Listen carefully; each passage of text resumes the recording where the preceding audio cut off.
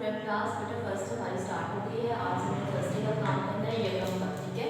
देखिए English reading पे आपका पेज हमने शुरू किया हुआ है, ये पेज हम रीडिंग कर रहे हैं। आज हम इसकी लास्ट लाइन जो है वो रीडिंग करेंगे। It is a mango, it is a nail, it is an orange, it is a boat. ये सारे सेंटेंसेस जो हैं आपने इट इज़ आ और जो वोवल लेटर से शुरू हो रहा है उसके साथ आपने इट इज़ एन लगाना है, ठीक है। ये आपने पेज रीडिंग करना है कंप्लीट। उर्दू रीडिंग पे देखें, पेज नंबर है हमारे पास 4। पेज नंबर 4 पे देखें, हमारे पास है नुक्ते वाले हरूफ लिखिए। आपने अलिफ पे पीछे देखिए, अभी हमने 2 पेजेस पे अलिफ पे का काम किया। उसमें जो नुक्ते वाले हरूफ होंगे वो जितने भी होंगे वो आपने इन डैश के ऊपर लिखने, ठीक है। बस ये वाला आपने काम करना है, नुक्ते वाले हरूफ आपने लिखने हैं, ठीक है।